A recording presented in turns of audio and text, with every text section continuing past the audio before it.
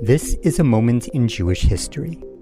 I don't know if I should be admitting this, but I often read old news. I guess it makes sense since I do host a history podcast. So while others are probably reading current news about Rafah, a city in Gaza, I was flipping through one of those large coffee table-sized books of classic Jerusalem Post front-page retrospectives.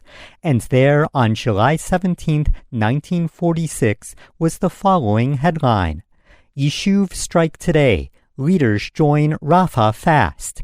The entire Jewish community in Palestine, with certain permitted exceptions, will cease work today from 9 a.m. to midnight in protest against the continued detention at Rafah of 1,650 men taken from their settlements during the military searches.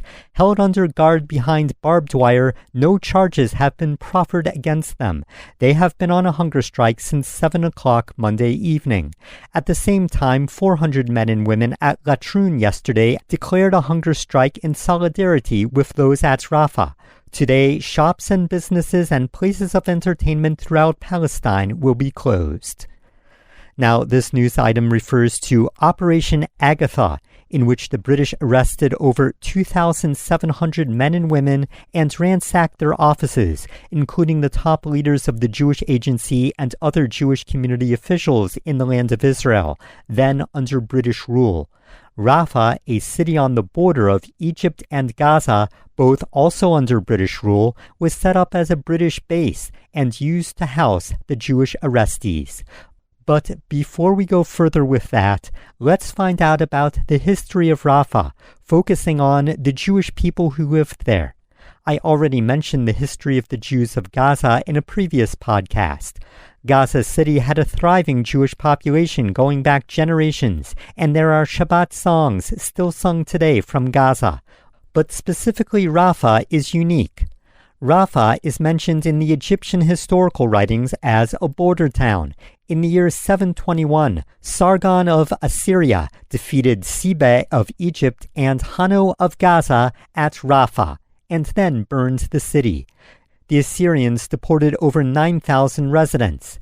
Later, Antiochus III of Syria was defeated there by Ptolemy V of Egypt.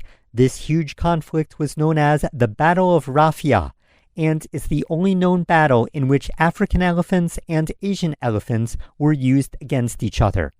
And speaking of elephants used in battle, you may remember that from the Hanukkah story, in which the Maccabees, the Jewish warriors, fought against armed elephants. The Maccabees were in Rafah as well, and the leader of the Hasmoneans, Alexander Yanai, gained control of Rafah during their victories. The Jewish community lived there until the Romans conquered it, as described by the historian Josephus. During the Byzantine period, the majority of the inhabitants of Rafah were Christian, and there was even a bishop there. It was during this era that the Jewish community of Rafah grew. The Encyclopedia Judaica notes that the Jewish community and the city in general declined during the Middle Ages, around the year 1080, when the Jews of Rafah were forced to flee to Ashkelon, but later it flourished once again. The book The Jews in Egypt and Palestine under the Fatimid Caliphs uses material from the Geniza to paint a picture of Jewish life in Rafah. It describes a letter to the Jewish congregation of Rafah, a town on the frontier between Egypt and Palestine, and mentioned Samuel ben Samach, the Gazan, who went to Egypt to obtain community support. He was a man of learning and a scribe in his school, and also a signature on a document dated 1015. Later in Rafah, there was a judge named Solomon ben Sadia, who was the head of affairs and supported by the elders and the community. Later, the Ottoman Empire ruled the land of Israel, and the Jewish community of Rafah had farmers and tradesmen. The Ottomans ruled for 700 years until World War I. Towards the end of that era, the Zionist movement took hold, and the early Jewish pioneers sought to purchase land and establish Jewish agricultural settlements. In 1910, land was purchased for a Jewish farm in Rafah. According to an article from Hasfira News dated November 22, 1910, a plot of land was purchased in Rafah. It was described as being on the southern border of the land of Israel, 25 kilometers from Gaza City and 5 kilometers from the sea. Quote, "From Gaza City one can arrive by wagon, or from the sea by mast boat, but there is hope that the iron rail train that will be built between Jaffa and Port Said in Egypt will pass through Rafah, the surrounding areas under the auspices of England, and exempt from tithe and building tax, and the Jews are not obligated for military service. The rains are less than in Jaffa and the temperature higher. 2 water wells are prepared there at the depth of 7 to 15 meters, and according to the experiments made by the engineer Goldman, water should be found at the depth of 15 to 40 meters. There are no swamps in this area, and one must think that the health conditions will be good. At a distance of 5 kilometers at a place called Bnei Zala, you can find a stone quarry for construction and clay. But wood needs to be brought from a distant station, a 10-hour distance on camel. Whether the soil is suitable for growing wheat, sorghum, and other grains that grow in the land of Israel, it is impossible to know. But for planting olives, almonds, peaches, strawberries, and more, the soil is very capable. Well, despite the land being purchased, the wells dug, and plans to export fruit, the Jewish agricultural community of Rafah never came to be. And then came World War I, and most Jews living in Gaza City were forcibly deported. That's when the next Battle of Rafah took place, in which the British took control of the Sinai Peninsula, in between what is now Egypt and Israel. Participating in this battle were the Egyptian Camel Transport Corps and ANZAC, the Australian and New Zealand Mounted Division, as well as the Imperial Camel Corps and other troops on horseback. The British then turned Rafah into an army base. That rail line did eventually get built, and the British Army meant job opportunities. Rafah's population and buildings quickly grew as Muslims from the surrounding region flocked there for economic reasons. In about 10 years, the all-Muslim population more than doubled in size, and doubled again in the next 10 years. Let us digress from Rafah for a bit and talk about the other Jewish communities of Gaza. The Jewish community of Gaza City had an ancient synagogue featuring an elaborate mosaic of King David playing the harp, now in a museum. It was the home of Nathan of Gaza, and Kalman Zev Wysocki of the famous Wysocki Tea Company helped establish a community there in the 1800s. By 1914, there was a bank and Hebrew school, but as mentioned, they were forced out in World War I, then returned, and then again pushed out during the 1929 riots. Meanwhile, the Zionist pioneers were still purchasing land to create new communities. The Gaza region had good opportunity for growth, and in 1930, a fruit grower named Tuvia Miller and the famous writer Moshe Smilansky purchased land there. Smilansky was an interesting character. He believed that the redemption of the Jewish people would come through manual labor. Working the fields was healthy and invigorating. He wrote prolifically, autobiographical writings, children's stories, fiction, and essays on new life in Israel, as well as gardening and farming techniques. And he was a staunch advocate of living peacefully together with his Arab neighbors, and supported an organization called Brit Shalom. The land he bought was used to create Kfar Darom. The town is named after the ancient Kfar Darom mentioned in the Mishnah as being the hometown of Rabbi Elazar ben Yitzhak Ish Kfar Darom, which existed in the Gaza region during the time of the Tanaim. In 1946, a kibbutz was established there by the Hapoel HaMizrahi organization. The motto of the Mizrahi workers was Torah v'Avodah, Torah and labor, and since the 1920s, they had been training youth to work on agricultural communities. The leader of these young idealistic pioneers was Avraham Diamond. He was trained in the religious youth village in Kfar Hasidim before moving to Kfar Darom in Gaza. He eventually married a young medic who also lived there named Yehudit Tannenbaum. Other residents of Kfar Darom included the children of Tehran, who escaped the Nazis in Poland and were sent to Tehran, Iran. The United Nations visited Kfar Darom and was impressed with the Jewish communities and their ability to create sustainable agriculture and their water system. Life in Kfar Darom was idealistic.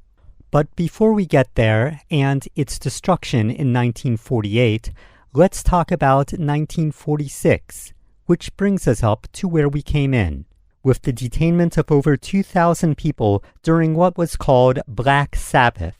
No, not the British heavy metal band, but Hashabbat HaShachorah, the action taken by the British forces on Shabbat of June 1946 to arrest and detain Jewish leaders throughout the country. This was a time just after the Holocaust, when the British were cracking down on Jewish immigration into the land of Israel and any self-determination among the Jewish community who wanted Israel as their own independent country. Much more can be said about Operation Agatha, which is what the British called it, and why it happened.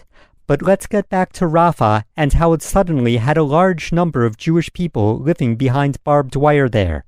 Those detainees were eventually released, and Rafah was once again devoid of any Jews. And the British would eventually leave Israel. In 1948, Israel became an independent nation, and the next Battle of Rafah took place during Israel's War of Independence. The Egyptian army invaded and took over what became known as the Gaza Strip. In Kfar Darom, the Egyptians, the Muslim Brotherhood, and Sudanese soldiers attacked. The 120 men, women, and children of the kibbutz held out for 5 weeks, until finally they were forced out. The book 222, The Days of Kfar Darom, 1948, by Aryeh Itzhaki, talks about life in the kibbutz. He writes, special attention was paid to Jewish holidays, which the group celebrated with the traditions they learned at the religious youth village. Guests arrived to help them celebrate their first Passover. The seder was modeled on the beautiful, impressive seder nights at the youth village, which the members recalled as a special spiritual experience. The members would walk by way of the sands and date groves of Deir al-Balah to the seashore. There was no fear. Their Arab neighbors were friendly. Couples from the kibbutz would even go on romantic walks down to the sea on evenings with a full moon.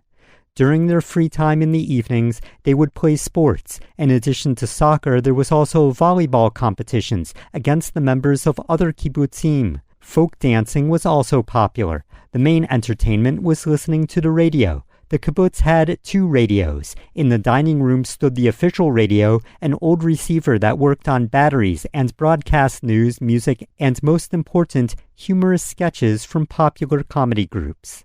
In the local commander's room was the secret radio that also served as the kibbutz radio when the batteries of the official radio died. A special effort was made to foster good relations with the local Arabs. The person in charge of this was the Mukhtar, Eliezer Strauss, who knew Arabic. Strong ties were formed with the family of the Mukhtar of Deir el-Balah, Muhammad el-Aziza, and especially with his son Halil, who would host them with coffee and mint tea in his house. But by the next year, the siege of the Egyptian troops and their Muslim Brotherhood allies had begun. Many residents of Deir al-Balah joined with the Egyptian army in attacking Kfar Darom. Passover was approaching, and they prepared for the seder. To hold it in the dining room was too dangerous. The hut was surrounded by sandbags, but not to its full height, so they decided to hold it in the small, narrow central bunker. Whoever came in or went out had to climb over his friends. All platters were passed back and forth from hand to hand. From a secret stash appeared matzah and wine for the 4 cups. They still had to worry about karpas, a green vegetable, and maror, bitter herbs. By the fence were several square meters of small radishes growing. They became the greens. A bed of lettuce was grown for maror. On the evening of the holiday, all of Kfar Darom gathered in the bunker. 5 fighters remained at the lookout posts. Every half hour the guards were changed so that everyone could fulfill the commandment to recite the Haggadah. The seder was led triumphantly by Yitzhak Schindelheim from the Religious Reinforcement Unit. For them, too, this year, the main enemy was the Egyptians. All the passages relating to their ancient defeat were recited with special fervor. Avraham Diamant insisted that everyone drink the 4 cups of wine, but without getting drunk. The atmosphere was exultant. The reinforcements were enthralled by the magnificence of the occasion. During the night, the Arabs shot at Kfar Darom, but their bullets made no dent in the celebrants' joy and faith. Even many years later, the participants recall that last seder was one of the most inspiring of their lives. Avraham Diamant was interviewed recently about the loss. He said evacuating was difficult because it meant leaving behind their homes, businesses, and even the cemetery. He and his fellow kibbutzniks moved on and created Bnei Darom. Thus ended the lengthy Jewish presence in Gaza, at least until 1967. But that is a subject for another time. My purpose today was to discuss the earlier history and lesser-known aspects, and I will leave it to others to cover more current events. This has been a moment in Jewish history. For questions or comments, you can check out benbresky.substack.com. Thank you to all the listeners, and Shalom.